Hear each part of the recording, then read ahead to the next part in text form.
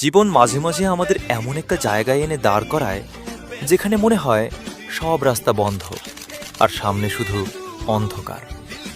কিন্তু গল্প এখানেই শেষ হয় না। ভাঙা টুকরো জোড়া লাগিয়ে নতুন করে শুরুর একটা কাল্পনিক। অবিনাশ যখন তার ঘরের কোণে বসেছিল তখন বাইরে ঝুম বৃষ্টি পড়ছিল, ঠিক তার মনের ভেতরের ঝড়টার মতোই।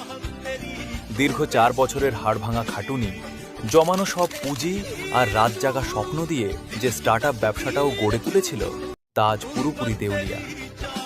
পার্টনার বিশ্বাসঘাতকতা করেছে, ব্যাংকের নোটিশ এসেছে, আর কাছের মানুষগুলো এক এক করে দূরত্ব বজায় রাখা শুরু করেছে। অবিনাশের মনে হচ্ছিল আমার সব কিছু শেষ হয়ে গেছে, আর কোনো পথ নেই, আর কোনো আশা নেই।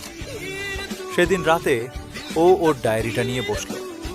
পাতাগুলো ওল্টাতে ওল্টাতে ও একটা পুরনো ছবি দেখতে পেল। কলেজ জীবনের ছবি।